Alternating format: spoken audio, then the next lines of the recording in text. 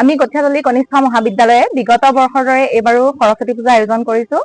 আমাৰ সৰস্বতী পূজাত যোৱাকালিৰ পৰা ছাত্ৰ ছাত্ৰীসকলে খুব ধুমধামেৰে আয়োজন কৰিছে। আজি এতিয়া হোমযজ্ঞ চলি আছে, লগতে প্ৰসাদ বিতৰণ কৰা হ'ব আৰু লঘু আহাৰ হিচাপে আমাৰ খিচিৰি আছে।